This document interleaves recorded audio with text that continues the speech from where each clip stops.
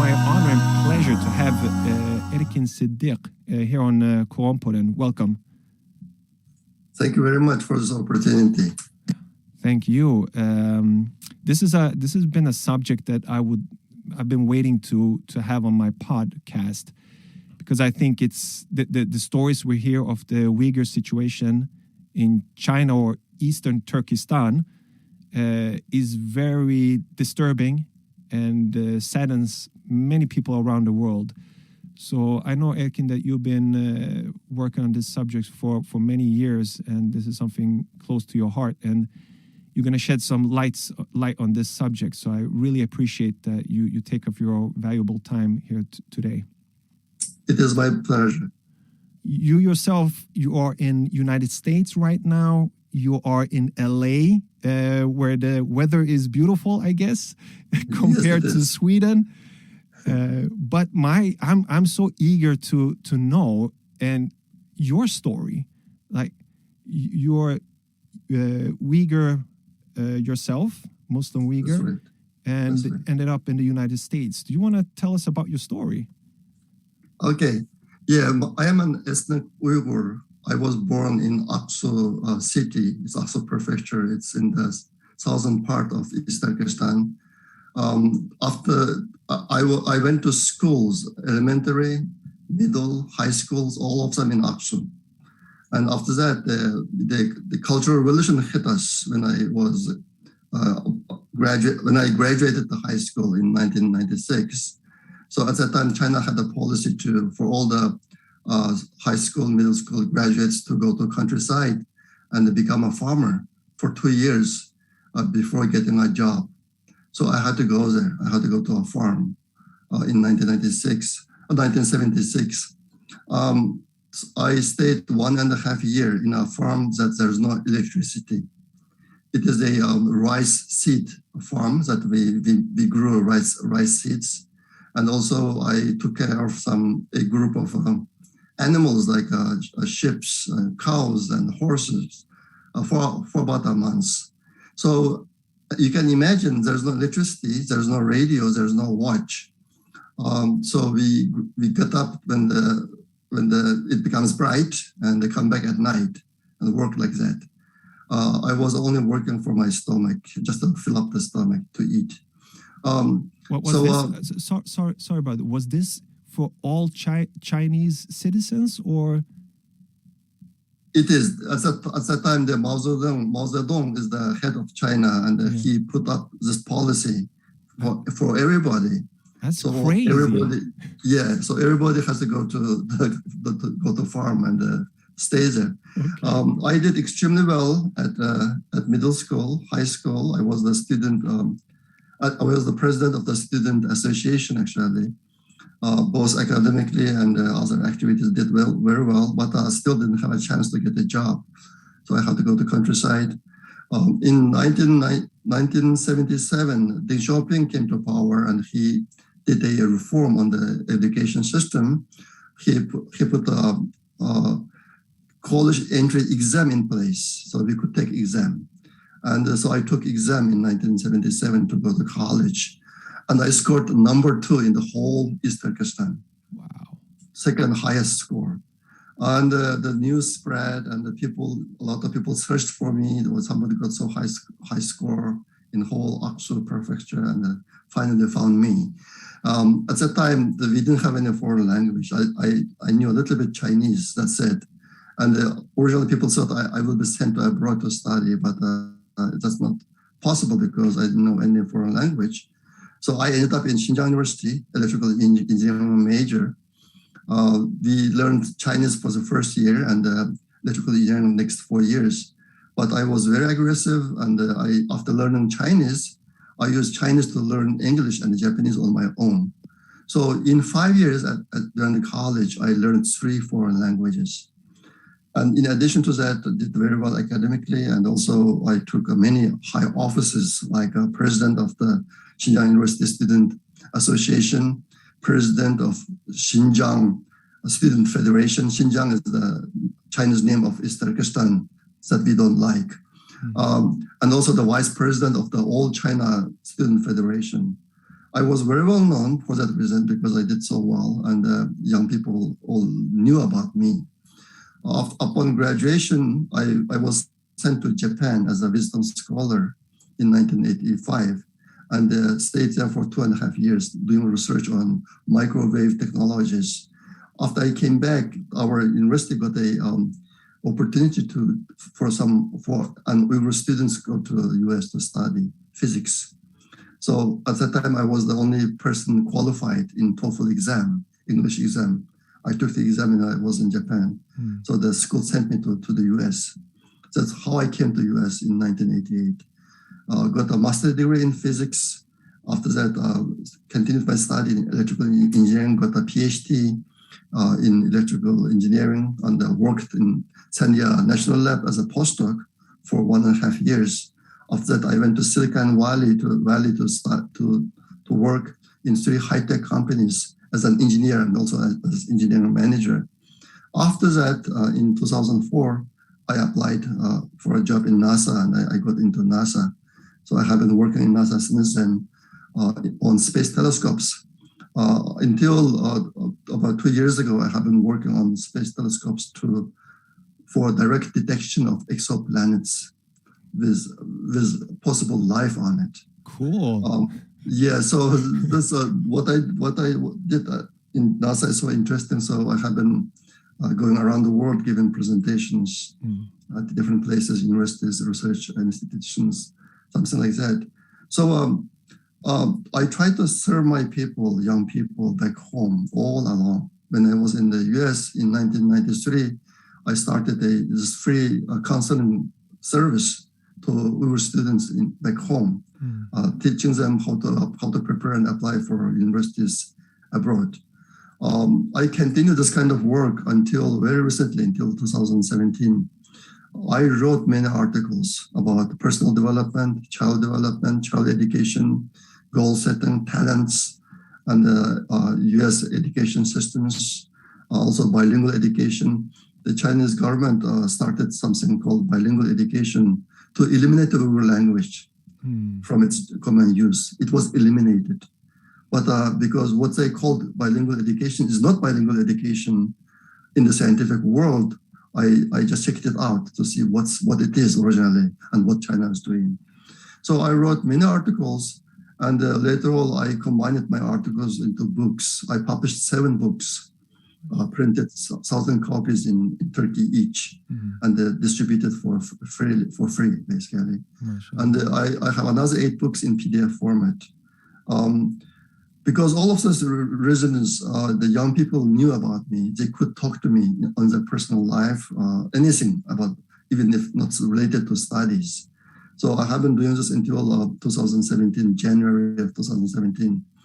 In January 2017, the last website in East Turkestan on which I can publish my article was closed down. So my path to serve my people is closed down completely. For that reason, I started to work on the political area. I couldn't go back home for a long time, but I did finally I did in 2006, 2007, and 2009, 3 times. What was it? If I can just come in here, what was it that made that you couldn't go back to China? What was it that made you stay in the United States and go much later? In 1998, Uyghur community in the US established an organization called Uyghur American Association, UAA, Uyghur American Association. It is a registered organization, and I'm the co-founder. I became the general secretary when it was founded. And because of that, I was put in a blacklist, in very top level blacklist. Yes. And so my life became in danger. I couldn't go back. So in 2006, 7, 9, 3 times I went back home to visit my families. I still have siblings there. At that time, my mother was alive too. All of my relatives are still live in Aksu, if they are alive. When I did, a lot of young people came to meet with me, basically for advice, how to prepare to study abroad. And also people are very interested in my work at NASA. Chinese government didn't allow me to give a single presentation. I took home 3 presentations that I was given in international conferences, and all of them approved by NASA. But the government didn't allow me to give a presentation. So I basically met most of the time one-on-one basis. In 2009, when I went back, because the people who want to meet with me is so many, I asked the police department in Urumqi, can I go to campus and meet with students to take picture? Yeah. They said, okay, you can take picture, but don't go into classrooms or don't go to any meeting hall to give presentations. I said, okay, and that's what we did.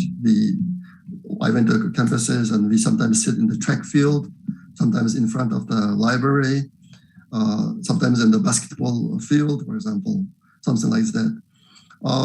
During the daytime, and the school actually, it's most of the time is Monday to Friday, so it's open. Everything's open.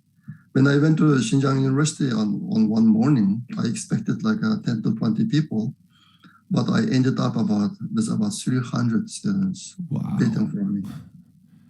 We went to the side of a lake and we had this question and answer session. Basically 3 questions. One is, how did you do when you were studying in East Turkestan? Because I'm an Uyghur, finished all the language, all the schooling in Uyghur language until finishing the university. And I learned 3 languages on top of that. So they said, how could you do that much? So I basically told them my experience because I also have many researches on the talent building and the goal setting, all those things. So I told them about it. Second one is how to prepare to go to abroad. I gave them advices. Third one is what I do in NASA. So it's very general questions, and I avoided any political topic. One person brought up the topic of bilingual education. He was so upset saying, what we are having is not a bilingual education. I said, I know, but please let's don't talk about that today. Read my article. I wrote enough article on that one, just to not to put them in trouble. Even if I did that, after 5 days, the government, the police came to me and saying, please stop going to campuses because the June 4th is approaching. I went back home at the end of May. So June 4th, it's the Tiananmen Square massacre day. Yeah. The China is very afraid of that day, basically something may happen. Yeah. So I said, okay, I don't go to campus anymore. I stopped and I went back to my hometown, Aksu. And one of my very good friend, he is a professor at Xinjiang University. He's a computer science professor. He took videos, the whole session, the question and answer session, took video saying, I will make a DVD for you. That's what he trying to do. It's a good memory. But when I came back, he told me that the police came to his house and confiscated the video camera, everything. Yeah. So no more DVD. I said, okay, that's fine. So I came back. But later on, I came back on June 12th. On June 26th, in Guangdong province, something happened. Chinese mobs hit Uyghur workers working in Guangdong and killed many. From one village in Kashgar, I got an email the next day saying they got 8 corpses, dead Uyghur bodies in one village. So this thing happened, and on July 5th, some young students in Urumqi went on for a peaceful demonstration, asking government to treat the problem, solve the problem appropriately, because government just hid the facts and they didn't care about what happened in Guangdong. Yeah. We still had a lot of Uyghur people working in other parts of China. So it's a peaceful demonstration. The government knows about that because I knew in advance, like 3 days in advance, people sent me email about the plan to have this demonstration. The Chinese government, instead of blocking it, they prepared armed police everywhere to basically use that as a chance to arrest people. So in July 5th, the students went on the streets to do demonstration, but the government cracked down. My information is they killed about 10,000 people that day. They turned off the electricity of the Urumqi city. Urumqi is the capital city of East Turkestan. this huge population. They turned off the electricity for 2 hours in the whole city, and they shoot the people with machine guns. You could hear that you are in a war zone. That's what happened. We lost so many people. But that's one part. You can check July 5th. You can riot, uprising, or massacre. You'll find a lot of information. But the thing is, after 2017, I couldn't serve my people back home. And the Chinese government lied about me. They wrote a long article after July 5th incident saying that I went to Urumqi university campuses in secret, inciting the students. Yeah. It was not like that. It's completely they made up the story. In addition to that, after this, the mass detention started in 2017. The China came up with 40 plus excuses to arrest people. You can see the list from Human Rights Watch report.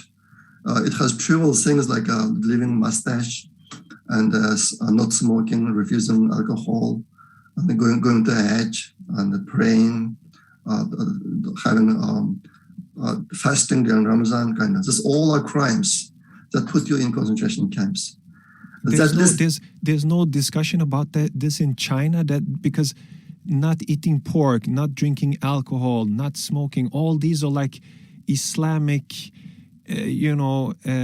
actions. It's like part of the religion. There's no discussion in China that this is against the freedom of religion. How are you going to be a Muslim if you don't follow these basic rules?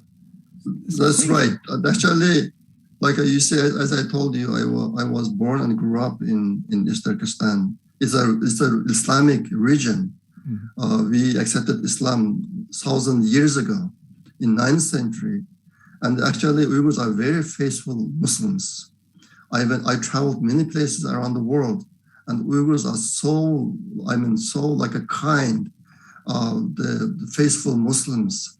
But the Chinese government, they occupied East Turkestan in 1949. After that, they prohibited Islam, teaching Islam in anywhere. So like me, I didn't learn single words in my life at school because no Islamic teaching. Yeah, I was going to come back to that. How was your upbringing as a child and your Muslim faith? So the people teach at home. The parents teaching kids. This is how we continue the Islamic faith that way. And we are not taught any Islam. And you see, I can tell you one story. When my daughter went to school in the US, in about 8th grade, she had a class called Social Studies. And she brought back one book. That book talks about all the big religions, including Islam. The Islam has a 30-page section in the book. I cried almost, because I am seeing this Islamic textbook in the US, but I have never seen one in my lifetime back home. The Uyghur people are not allowed to have this kind of teaching at school. And the Uyghur people only taught at home, and they kept the Islamic Muslim faith that way. So this is a big topic, actually. If I go into that one, it's another big topic. So after 2017, the Chinese government came up with that standard to arrest people. And actually, the number one is the religious people. Uyghur people with a faith that prays 5 times a day. That's the number one target. And I was also the number one target, but they didn't put in the paper. It's not in the paper. But people who met with me, who contacted me, should be arrested. So all the students that I met in 2006, 7, and 9, they are gone. Oh my God. I have pictures with more than 1,000 students from those 3 years. I still have their pictures. And I don't know if I go back now, if I can find them or not. This is the turning point that I couldn't keep quiet, because what the Chinese government doing is too much. No. When you are saying they are gone, do you mean that they are put in camps? Concentration camps. Yeah. Concentration camp. Now let me tell you more. The concentration camp is worse than prisons. I call them Uyghur killing factories. China is using it as a factory to kill Uyghur people, and they killed a lot. The Western world still says more than 1 million Uyghurs got detained in concentration camps. That's not true. I will give you some number. It's because of the background I just told you. The people around the world, Uyghur people, when they get information, they send it to me. I'm kind of information center, and I have contact back home through middle persons. They send me information as well, so I can see the whole picture all the time. What's going on? I even got information from some people in the Chinese central government about what is Xi Jinping's plan about Uyghurs. I am an engineer, so I work with numbers. So I always talk about numbers. The numbers is very scary. The Chinese government transferred 2.1 million Uyghurs from East Turkestan to Chinese proper, to other part of China. There are some reports by an online journal called Bitter Winter. They published about more than 500,000 Uyghurs were transferred. But my number is 2.1 million. Do you know what happened to them? They were taken to die, not to keep in prison. They are being used for bioweapon development. They are being used for halal organ sales. Please pay attention to this. China is doing a halal organ sale business to rich Arabs, to the rich people in Muslim world. And recently I got information that one of the reasons that the Muslim world governments don't talk about Uyghur issue, not be against the Chinese government because they're getting halal organs from China. Uyghur people's organs.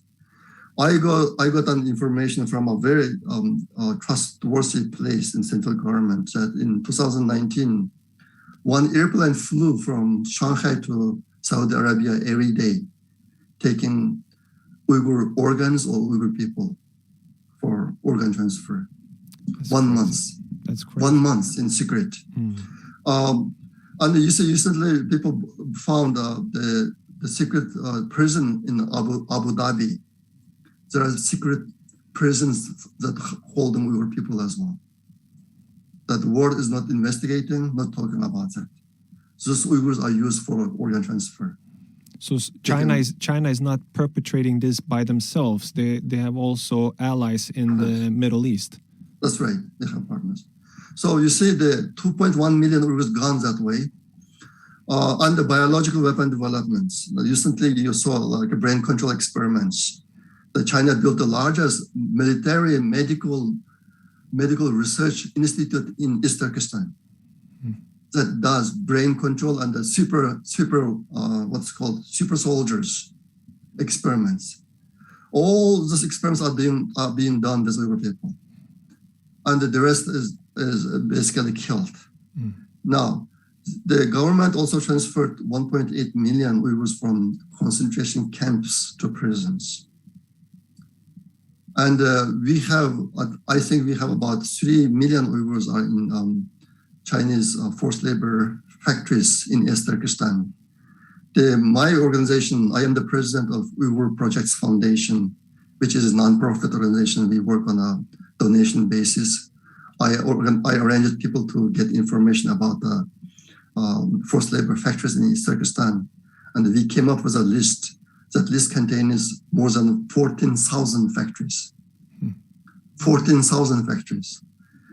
If each factory employs 100 Uyghurs as slave labor workers, they employ 1.4 million. But those factories is much bigger than that. So I am giving this perspective to you.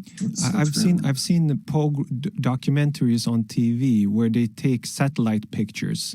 And where you can see from the satellite pictures that they are building these forced labor camps and also destroying, I think, mosques and other places. Yes, the mosques that's still standing is for to show to cheat or to deceive the foreign visitors. It's not a real mosque that people can go in and pray. It's not. It's just to show China organizing some organized tour from using diplomats and professors, academians, and let them see how wonderful the life is. And those mosques used for the purpose. But in reality, Chinese government has demolished more than 3,000 mosques in Turkestan since 2017. And there's this. Right across the region, mosques are being destroyed. Over the past 2 years in cities, towns and villages, dozens of religious sites once clearly visible on satellite images have been turned into patches of bare earth.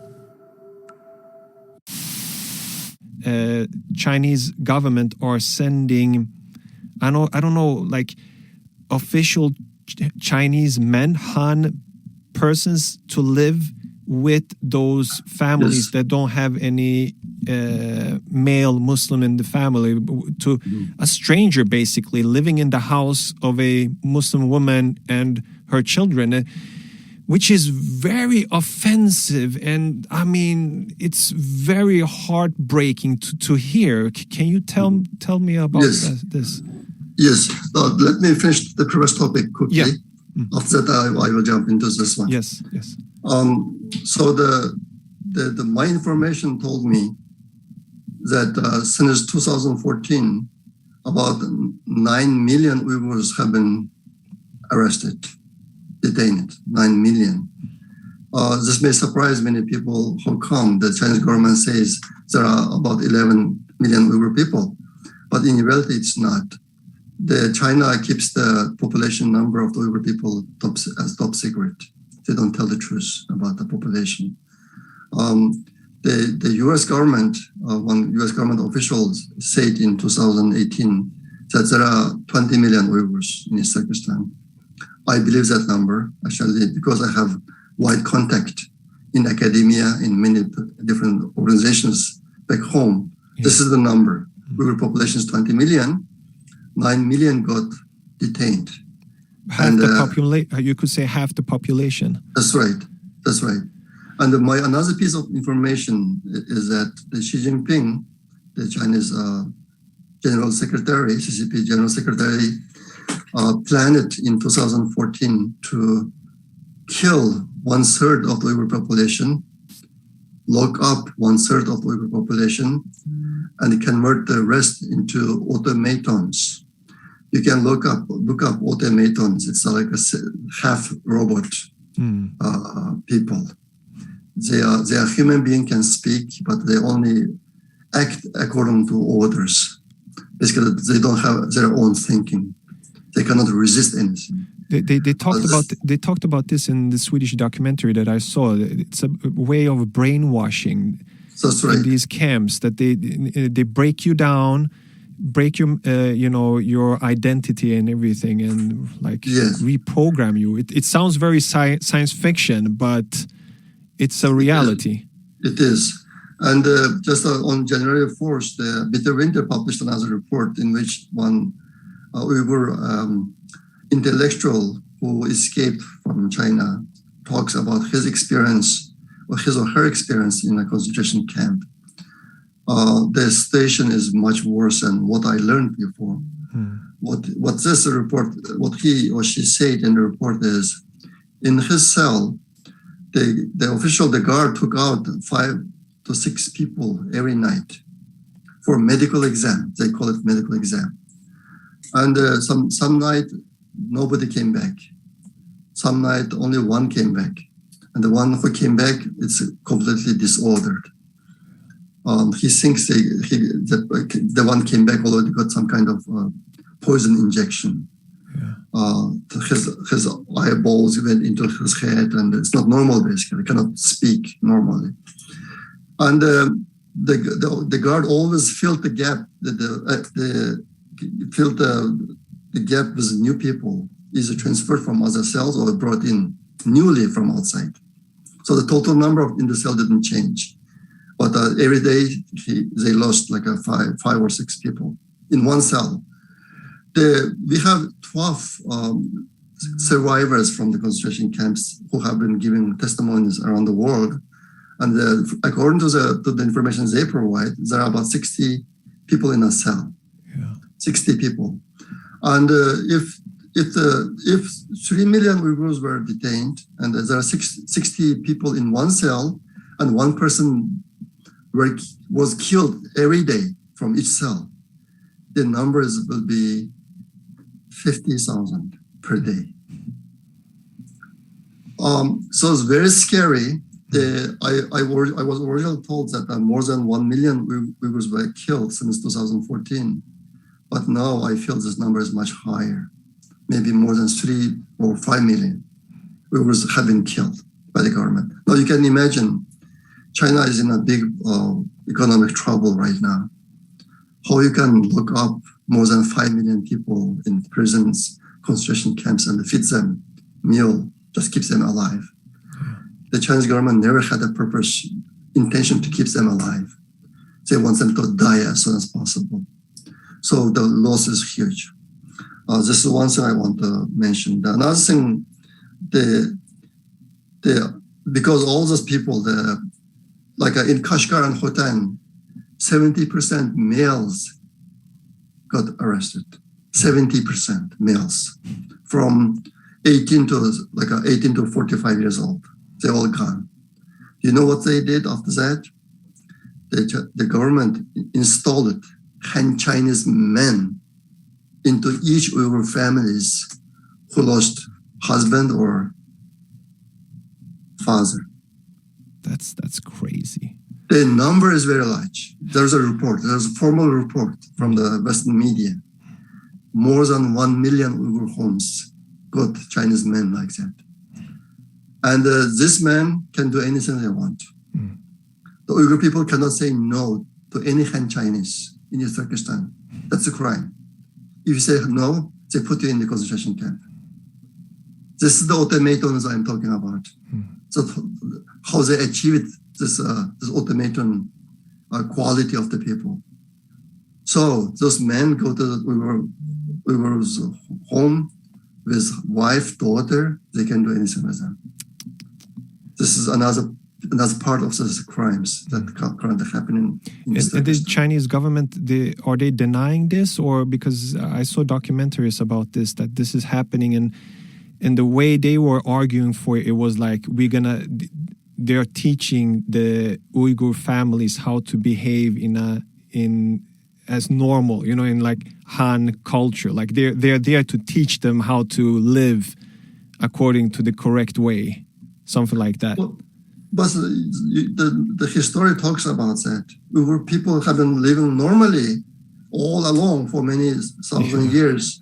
And even when the CCP army came in 1949, the Uyghur people were much more advanced in culture than Han Chinese. I mean, this is all lie. It's just an excuse to destroy the reputation of the Uyghur people. The Chinese has ancient tactics to destroy our people. Mm. It contains 3 parts. Number 1 is to destroy the reputation. First one. Second one is destroy the economy. Third one, destroy the physical body. All 3 is happening. The first one, destroy the reputation, or smear. Yeah. So the Chinese government is conducting a very huge smearing propaganda in the international scale. Yeah. So what you heard is part of that. Mm. So the Chinese government, even now, they denies everything about what they're doing in Turkestan. Now, let me briefly touch why Chinese government is doing what it is doing. Yeah, this is one of my questions. Like, why are they intensifying it now? Why do they have this very orchestrated, systematic way of exterminating a people? Why are they doing it, and why now? And also, before you answer that question, just something I saw on TV, because the Olympics are coming to China and journalists are there. And there was a Swedish journalist going around in China and interviewing people and interviewing about the situation for Uyghurs in China. And people on the streets of China were saying in something like this, that West should not come and tell us how to treat our minorities, because look at America, how they are treating the blacks, or look at other countries, how they are treating their minorities. I think it's such a childish way of taking critique, that you point finger to other nations and say, look how they are treating their minorities. Of course, there is problems in every country treating their minorities. But when you compare the way people discriminate minorities compared to what's happening to Uyghurs, it's like day and night. I mean, we're talking about concentration camps. We're talking about millions disappearing. We're talking about Han Chinese men in the family against their will. Like, when I heard those Chinese people say that on the streets, and the Swedish journalist was saying that basically all the Chinese were saying basically the same thing. Look, don't come and preach to us how to treat our minorities when you are mistreating your own minorities. Could you just shed some light on that, and then go to that very, very important question of why the Chinese government are doing this right now? Yeah, the Chinese people talking on the streets that way was taught by the government. That the Chinese government's official line. There are two problems. One is the time is different. Yeah, the US, Canada, many countries treated minorities badly in the past, but it's many hundred years ago. We are talking about today. That's the number one. Second one is the degree is very different, as you said. Yeah. What China is doing and what other people did, other people still treated the minorities as a human being. In our case, we are not. They don't look at us as a human being. We are subhuman. Actually, this one also touches the reason why Chinese government doing what it is doing to the Uyghur people right now. Many people in the West don't understand two things about China. One is about their history. In the history, if you look at the Chinese historical books, they treat all the non-Han people as the subhuman. Yeah. Not complete human. Only the Han Chinese is the complete human. This is one thing. Second thing is China is the country that studied the human behavior the most. They have more than 2,000 years of history. Like they developed tactics about how to control human being, how to destroy a human being. So they have books on this one, very systematic books. Today's Chinese government following those books actually. The wording you heard on the street, that the Swedish journalist, it came from their books too. That's the counter argument that the government is teaching the people how to deal with the West. Anyway, now why Chinese government trying to eradicate the Uyghur people? Why now? There are 7 big aspects of that, but I will only touch 3. The number one, in 1990, the Soviet Union collapsed and many republics became independent. China is very scared of that. Yeah. Learned a lesson because the Soviet Union kept the minority lands intact, let them alive in their land, using their own culture, own religion, own language. China said, okay, that's dangerous. If one day the Chinese government collapsed, same thing happened to us. That's number one. Number two, China started One Road, One Belt initiative. There are 3 main land routes of this initiative. One passes through East Turkestan. It starts from Xi'an and passes through East Turkestan and it goes to Central Asia and Europe. Other 2 starts from East Turkestan. One starts from East Turkestan, goes to Pakistan's Gwadar port. You know, the China already occupied the Gwadar port and they're building this land line right now. Another one starts from East Turkestan and go to Central Asia and go to Turkey and Africa, that direction. So for this project to be successful, it's very crucial that something bad doesn't happen in Turkestan. And Uyghur people have been a threat to China all along because we never accepted their occupation. Yeah. We are occupied land, we are occupied people. We live it for thousands of years. The CCP, China occupied our land in 1949, and we are very unhappy about that. And also because they have been treating us as a subhuman. Yeah. We were better before, but now they treat us subhuman. No human being in the world accepts this kind of treatment. Believe me, it's not just Uyghur people. And so the Chinese government considered Uyghur as a threat to stability in Turkestan and threat to the Road Belt Initiative. This is the number 2 reason. Number 3 reason, the Chinese government thought that they will fight with the US one day. If they do, the Uyghur people will join forces with US and fight against China. This is the number 3 concern they had. And there's one Chinese general who is a professor of the Chinese National Defense University, also the advisor to the central Chinese government. He has a speech, like 2 hours long speech given in 2011. He says he went to East Turkestan after 2009 massacre. He did a survey for two years and he was shocked. And he came back, gave a presentation, and he said, in Kashgar and Khotan, 95% of the population are Uyghurs. If one day we fight with the US can drop weapons to this area, and immediately 300 to 500 Uyghur men will become US troops fight against China. Yeah. We have to solve this problem immediately.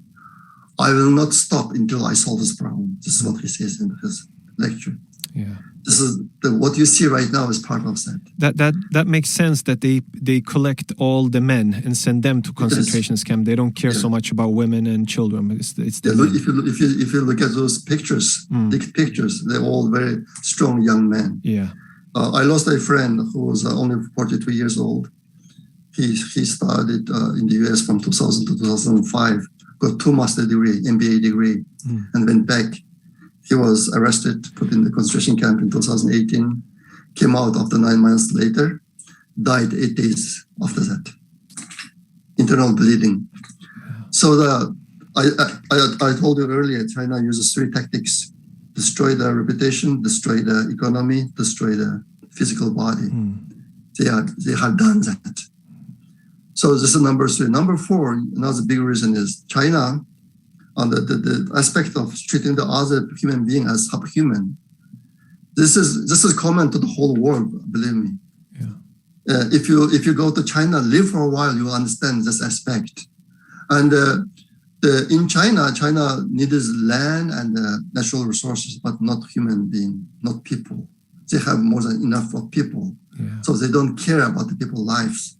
And Uyghur people is a burden for them. They want to kill as many as possible. It's a country that had the one-child policy, and we saw the effects of that. Then they changed to 2-children policy, and now I don't know what kind of policy they have, but they have these grand scheme plans that they use, and it just has so bad effects. Right. Yeah. That's right. So the number 4 reason is China needs land and resources, but not human being. Exactly, because why I told this one-child policy is that they don't care about the kids. I mean, there was a documentary about this one-child policy that they showed on Swedish television, and they had these ladies who forced Chinese women to have abortion, and they just threw the babies on the garbage, like in a garbage bag and in garbage dumps. And what happened is that they also systematically started selling these kids to European countries, the ones who were too many. So it was just like a business or killing them. And, when you tell me that the government don't care about people, yes, we've seen that before also. Yes.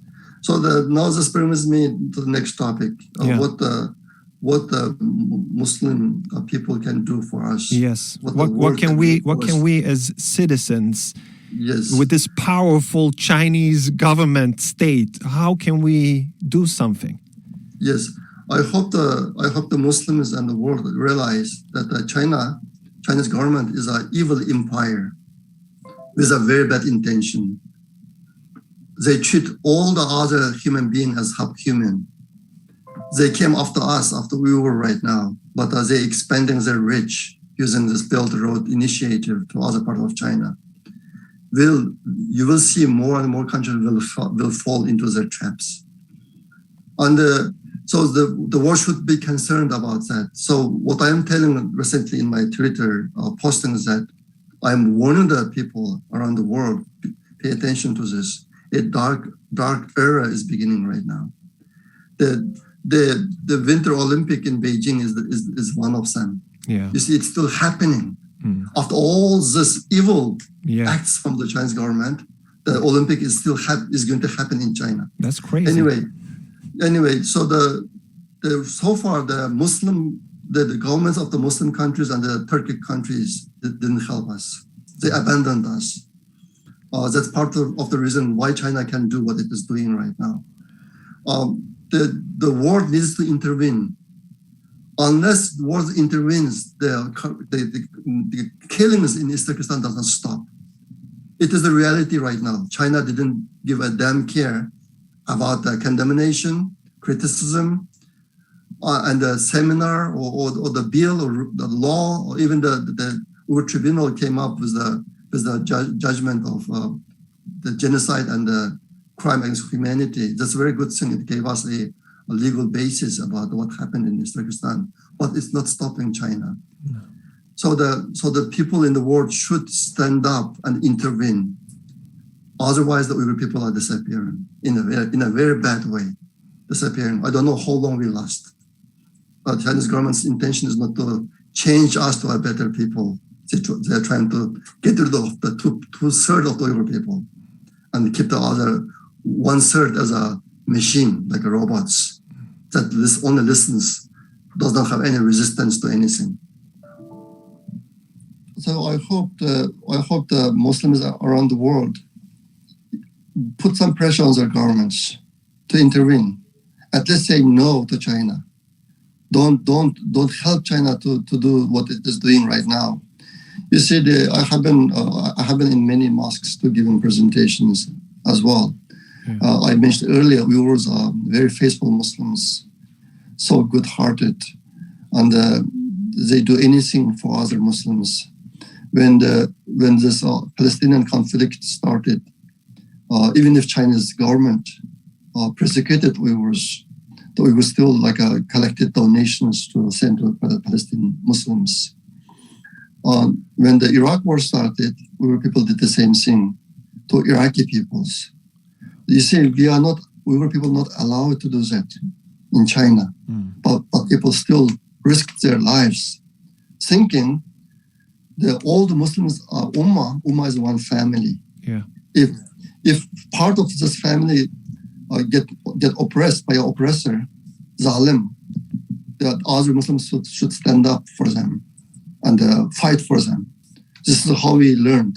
This is part of our Islam, our religious belief. But when it came to Uyghur, it didn't happen. So I started to suspect two things. One of them, either the Islam we learned is wrong, or the Muslims that are living right now are doing something wrong. Yeah, they just abandoned us. Yes, it hurt very badly. Believe me, it hurt so badly. So the Muslims should stand up, and unless the international community intervenes, the fate of Uyghur people don't change. Actually, the Chinese government made it pace faster now to persecute Uyghur people, not slowing down, not changing the plan, nothing in that aspect happening. So the Uyghur people will be gone if it left like now. Yes. So I hope the Muslims helps. And another thing is, as I mentioned earlier, I am the president of Uyghur Project Foundation. a non-profit organization. Our aim is to preserve Uyghur language, culture, religion, and identity abroad. We have only 100,000 Uyghurs outside China and outside Central Asia. So our aim to keep our identity among those Uyghur people. So we are working on donations, supporting different projects in that regard. And I hope Muslims help us as well. We have a website called UyghursFoundation.org and as well as UyghurInfo.org. There are a lot of information in UyghurInfo.org. We are gathering many documents there. People can use it when needed. Yeah. On the list I mentioned earlier, more than 14,000 forced labor factory lists. We have hospital lists and the children detention center lists. We have more than 1 million Uyghur kids who lost parents now. Mm. They are in party-run detention centers as well. Exactly. That's scary. That's so sad. Yeah. I will put the links to all those websites on the website, so listeners who wants to be informed, because I think that's where it starts, to be informed, to read and to know, and then to support those organizations, as you mentioned, that try to make a change and keep the tradition alive and work for the culture and the language and the religion and everything that's part of the people, Uyghur people. That's right. So let me add one more thing that I forgot. It's very important for Muslims to know. If any diplomats or businessmen or government official go to China from Muslim countries, like Saudi Arabia, Pakistan, anything like that, when they check into a hotel, they find Quran and the janamas in their hotel room. Mm. And many of them impressed so much in the past, saying, "Oh, China is the only country treats the Muslims this way." But on the other hand, during the last the Uyghur Tribunal session end of last year, one Uyghur lady testified that the guards gave one Quran to each cell in the concentration camp that she was staying. Remember, 60 people in a cell, no toilet. There is a bucket to pee and poop. For each cell, one bucket. The guard gave a Quran and forced them to put the Quran, drop the Quran into the bucket and the pee, poop on it. This is the Chinese government that Muslims need to know, not the one in the hotel room. The Chinese government is the most two-faced entity in the world, believe me. So they are like that all along. And what's happening right now is they have the same thing. They do the worst thing human can imagine, and they blame the others that others did that. Yeah. This kind of people. So this is how the Chinese government treating the Islam. When you mentioned the Quran also, I read some news report that came out that the Chinese government closed down a app which had the Quran, a famous app where you can download the Quran, and they banned that. Is that something that you have heard about? Yes, it's one of the Apple apps. Actually. Yeah, the Chinese government forced Apple to close. Exactly. Don't make that app available. Exactly. For iPhone. Yeah. How do they? What kind of argument did they give to Apple that we want you to close down? And Apple did that because Apple could say no. This is our app store, and we can have whatever apps we want. And this is the Quran. This is like world scripture. We cannot just take this down. But they took it down because they are afraid, because they need the Chinese market. And this is the problem that I see coming back all the time. That China is this big market. Almost all products are manufactured in China, and so people cannot stand up against them and say, no, we're not going to take away this app because there's nothing wrong with it. That's right. This one has something to do with the Chinese history. As I told you earlier, China studied human being for such a long time, and they know how to deal with them. They have tactics, conspiracy, everything bad that you can find on them. As to Apple, as many other big names, the CEO of the Apple made a secret contract with China about 5 years ago to invest in China $250 billion. This information leaked recently. In a 5 years span, they agreed to give $250 billion to China. You see, this is how the business people are doing, creating situation like this. And I now started to say in my Twitter account that people are losing human decency, basic human decency. This is dangerous. You may become richer right now, but you will destroy the world eventually, if not stop it for now. Like just yesterday in a Coca-Cola, one article came up that Coca-Cola is one of the sponsors of the Beijing Winter Olympic. I said, lose some profits instead of decency and humanity. This should be the slogan in the entire world. Otherwise, the world will head to a very dark era. We can see it because we have gone through it. When that happens, the people in the world cannot imagine with the current situation. It's a very dark world.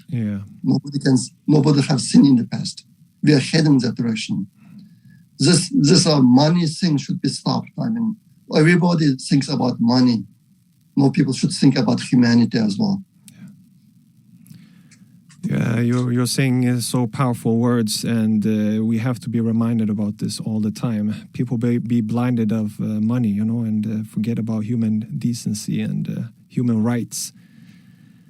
We're coming to an end here. I really appreciate everything that you have told us. It's saddens us all to hear that people are going through this, because we're living in our homes with our freedom, and the things that we hear is so evil that it's so hard to even understand or believe it. But it's happening, and there is evil in the world, and we've seen it before, and we're seeing it now. So I really, really appreciate your time, and inshallah in the future also, I hope that we can have more recordings and share more lights on this. And I pray to Allah that a change will come, and evilness will not continue forever. It will eventually come to an end. But in the meantime, it destroys so many lives and people and everything. Thank you so much for the opportunity. I am more than happy to do this at any time in the future. Thank you so much. Assalamu alaikum. Wa alaikum assalam. Tack för att du lyssnade på mitt samtal tillsammans med Erkin Sidick. Det som jag tar med mig från detta samtal är Erkin och det uiguriska folkets mod att stå emot det kinesiska förtrycket. Det är ett obeskrivligt förtryck, men de kämpar emot, de gör sitt bästa. Men Gud stärker dem och får stopp på detta förtryck. Men det är mitt och ditt ansvar att göra vad vi kan göra för att stoppa det här förtrycket. Berätta vidare om förtrycket. Dela vidare detta samtal så att så många som möjligt får upp ögonen för detta förtryck. Stötta organisationer som arbetar för uigurernas rättigheter.